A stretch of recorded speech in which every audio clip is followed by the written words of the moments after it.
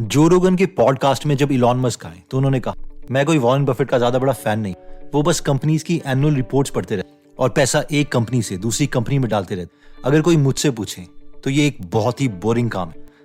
I mean, take Warren Buffett, for example. And to be totally frank, I'm not his biggest fan. He reads a lot of sort of annual reports of companies and all the accounting, and it's pretty boring, really. जिस पर जो रोगन भी बोल पड़े। Obviously एक आदमी जो एक्चुअल प्रोडक्ट्स बना के अमीर बने, जिससे दुनिया का भला हो रहा है, और एक दूसरा आदमी जो बस इन्वेस्टिंग कर रहा है, पैसा इधर का उधर कर रहा है, तो दोनों में फर्क तो है ही। तो क्या आप जानना चाहते हैं कि जब इलॉन मस्क ने वॉरेन बफेट के बारे में ऐसा बोला तो इस पर वॉरेन बफेट का क्या जवाब?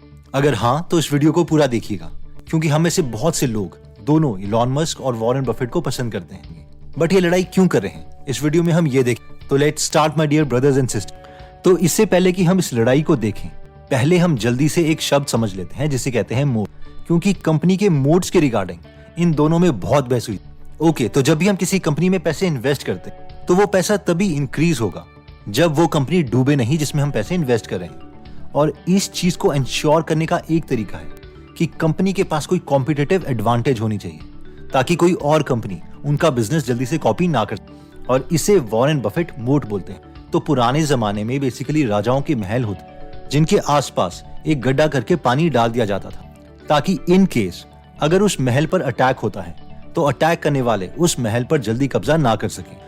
तो जब भी वॉरेन बफेट कंपनी में इन्वेस्ट करते हैं तो वो ये जरूर देखते हैं कि उन कंपनीज के पास कोई मोट होना चाहिए, यानी कोई कॉम्पिटिटिव एडवांटेज होनी चाहिए। फॉर एग्जाम्पल, अगर मैं एप्पल जैसा एक एग्जैक्ट फोन आपको बना के दे दूं जिसके फीचर्स एप्पल जैसे हो, लुक्स एप्पल जैसी हो, इवन कंपोनेंट्स एप्पल जैसी ही, लेकिन बस एप्पल की जगह लोगो कोई और, तो आप वो फोन नहीं लोगे, क्योंकि एप्पल का मोट, उसका ब्रांड, लोग मान चुके हैं कि एप्पल एक सोफिस्टिकेटेड ब्रांड है जिससे उनके दोस्तों के सामने इमेज बढ़ती। तो हुआ यह था कि इलॉन मस्क से टेस्ला की अर्निंग कॉल में किसी ने सवाल पूछा था कि कंपनी में मोट कितना मैटर करता, जिस पर इलॉन मस्क ने कहा, ये मोट सब बकवास है। अगर तुम बिजनेस में सिर्फ इसी बात पर टिके हो कि तुम्हारी कंपनी के पास मोट है तो ये बहुत ही बुरा आइडिया है। मेरे ख्याल से कंपटीशन में रेट ऑफ इनोवेशन मैटर करती है, ना कि मोट। अगर कोई कंपनी ए है और वो हर 6 साल में एक नया प्रोडक्ट लेके आ रही है, और कंपनी बी है जो हर 2 साल में एक नया प्रोडक्ट लेके आ रही है, तो कंपनी बी ही फ्यूचर में ग्रो करेगी और कंपनी बी के पास ही ज्यादा कॉम्पिटिटिव एडवांटेज। अगर हम वॉलमार्ट का एग्जांपल ले तो ये एक रिटेल बिजनेस था जिसमें ऑलमोस्ट कोई इनोवेशन नहीं हो रही थी, लेकिन फिर अमेजॉन आया, उसने एग्रेसिवली इनोवेशन, और यही रीजन है कि अमेजॉन आज वॉलमार्ट से आगे।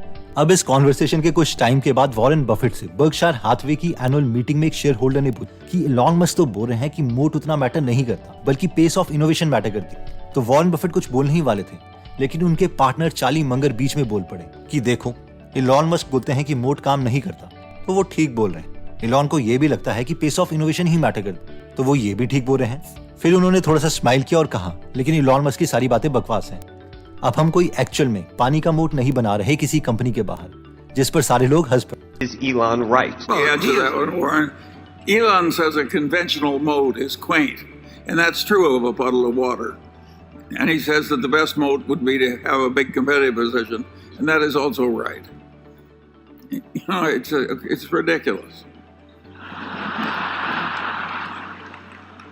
अब एक्चुअली एक और इंटरेस्टिंग चीज है, इस कॉन्वर्सेशन के बाद वॉरेन बफेट बोल पड़े कि हाँ, पेस ऑफ इनोवेशन मैटर करती है, और कई जगह इनोवेशन की वजह से कई बड़ी कंपनी की मोट यानी कॉम्पिटिटिव एडवांटेज काम नहीं करती। और इलॉन मस्क ने अपनी इनोवेशन के जरिए कई डोमेन एग्जिस्टिंग कंपनीज की कॉम्पिटिटिव एडवांटेज को पूरा डिस्टर्ब कर दिया। लेकिन मुझे नहीं लगता कि एक कैंडी यानी एक टॉफी की मोट को इलॉन मस्क भी चेंज कर सकते। Elon may turn things upside down in some areas. I don't think he'd want to take us on in candy. हम में से जिन लोगों को समझ नहीं आ रहा होगा कि ये इनोवेशन के बीच में कैंडी कहां से, तो मैं थोड़ा सा क्लियर कर देता कि एक्चुअल में अमेरिका में एक फेमस कंपनी है सीज कैंडी के नाम से, जो टॉफी और चॉकलेट्स बनाती, और वॉरेन बफेट के उस कंपनी में बहुत शेयर्स हैं।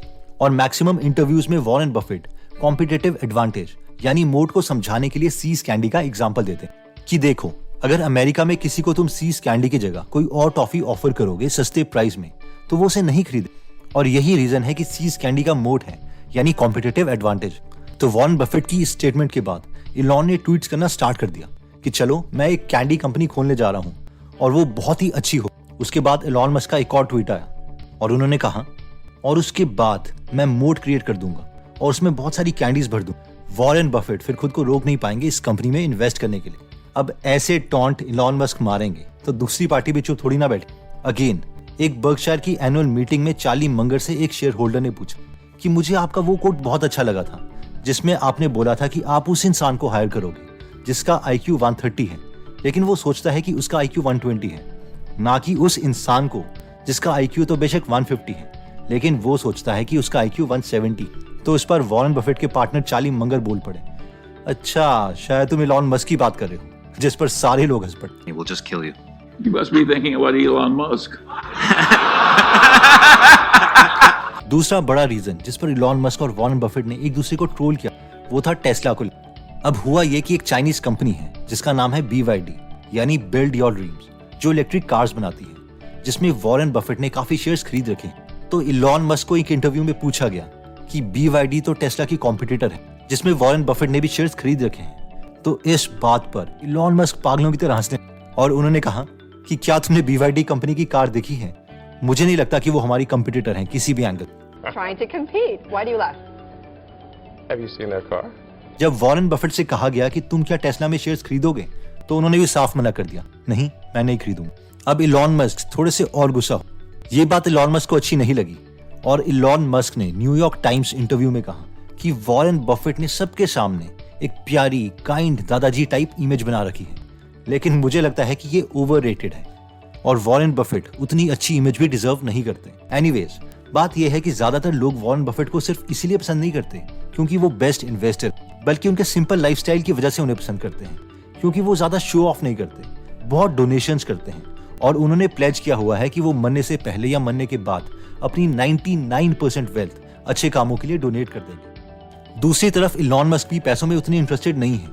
उनसे एक बार एक इंटरव्यू ने पूछा कि क्या तुम सिर्फ पैसों को इकट्ठा करना चाहते हो, इसीलिए क्या तुम अपने बिजनेसेस खोल रहे हो? तो इस पर इलॉन मस्क ने कहा, नहीं मैं तो सिर्फ एक वॉलंटियर, मुझे तो कोई पैसे नहीं चाहिए। अभी दुनिया में ऐसी कोई चीज नहीं है जो मैं खरीद नहीं सकता। मेरी सैलरी वैसे भी बहुत मिनिमम है और ओवर टाइम के लिए भी मुझे कुछ पैसे नहीं दिए जाते। Racking up dollars and Yeah, no, I'm a volunteer. I mean, I don't need the money. और वॉरेन बफेट की तरह इलॉन मस्क ने 2012 में प्लेज किया था कि कम से कम वो अपनी वेल्थ का 50% चैरिटी में डोनेट कर देंगे। उस वक्त उनकी नेट वर्थ $2 बिलियन थी, यानी करीबन 14,000 करोड़ रुपए। एक इंटरेस्टिंग बात और बताता हूँ, recently UN food security organisation के डायरेक्टर ने ट्वीट किया कि इलॉन मस्क अगर अपनी वेल्थ का सिर्फ 2% भी डोनेट कर दें तो पूरी दुनिया की भुखमरी खत्म हो सकती है। अब इलॉन मस्क की 2% वेल्थ उस टाइम बनी थी अप्रॉक्सीमेटली $6 बिलियन, यानी 42,000 करोड़ रुपीस के आसपास। तो ये ट्वीट पढ़ने के बाद इलॉन मस्क ने रिप्लाई किया कि अगर तुम मुझे एग्जैक्टली बता दो कि 6 बिलियन से दुनिया की भुखमरी कैसे खत्म हो सकती है तो अभी मैं अपने सारे टेस्ला के शेयर्स बेच दूंगा और उसे डोनेट कर दूंगा।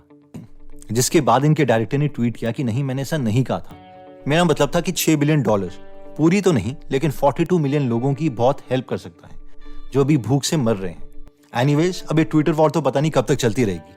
अब हम में से जो लोग वॉरेन बफेट और इलॉन मस्क को पसंद करते हैं वो ये सोच रहे होंगे कि यार ये दोनों इतना एक दूसरे को ट्रोल क्यों कर रहे हैं। तो एक्चुअल में मुझे ये लगता है कि अगर ये दोनों एक दूसरे के साथ टाइम स्पेंड करते हैं तो शायद इनके थॉट्स चेंज हो जाएं, क्योंकि जब तक बिल गेट्स वॉरेन बफेट से नहीं मिले थे तो वो भी यही सोचते थे कि एक इन्वेस्टर कोई लोगों की जिंदगी में रियल वैल्यू नहीं क्रिएट करता, वो पैसे इधर के उधर करता रहता है बस।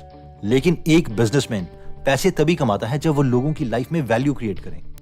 लेकिन जब वो लोग मिले तब से बिल गेट्स ने वॉरेन बफेट को अपना मेंटर मान लिया है और वो ऑलमोस्ट हर रोज मिलते हैं। अब इस वीडियो में बिल गेट्स अपनी और वॉरेन बफेट की फोटो दिखा रहे हैं कि 1991 में हम एक दूसरे से मिले थे और हम दोनों को लग रहा था कि हम दोनों के डोमेन सिमिलर नहीं हैं और हमारी जमेगी नहीं, लेकिन हम बात करते ही एक दूसरे से जुड़ गए कि तब से हम बेस्ट फ्रेंड्स बन गए हैं और हम दोनों को एक दूसरे से अलग करना मुश्किल हो गया है। तो आई होप जब इलॉन और वॉरेन एक दूसरे से मिले तो वो भी एक दूसरे के साथ इतने ही कंफर्टेबल हो जाए जितने की बिल गेट्स और वॉरेन बफेट है। ओके दोस्तों, अगर आप वॉरेन बफेट, बिल गेट्स या इलॉन मस्क की डिटेल्ड बायोग्राफी पढ़ना या सुनना चाहते हैं तो आप गीगल एप्लीकेशन डाउनलोड कर सकते हैं, जहां पर हिंदी में फ्री में 170 से ज्यादा बुक समरीज अवेलेबल है और हर हफ्ते हम इसमें एक फ्री बुक समरी ऐड करते रहते हैं। तो अगर आप इस नॉलेजेबल कंटेंट को मिस नहीं करना चाहते तो आप इस एप्लीकेशन को डिस्क्रिप्शन या फर्स्ट कमेंट में दिए गए लिंक से डाउनलोड कर सकते हैं। ये एप्लीकेशन दोनों iOS और एंड्रॉइड में अवेलेबल है। एनीवेज दोस्तों, अगर आप ऐसी नॉलेजेबल वीडियोस मिस नहीं करना चाहते तो सब्सक्राइब करने के बाद बेल का बटन दबाना मत भूलिएगा। आप कमेंट करके ये भी बता सकते हैं कि आप नेक्स्ट वीडियो किस टॉपिक पर चाहते हैं। जल्द ही हम आपसे दोबारा मिलेंगे। जय हिंद।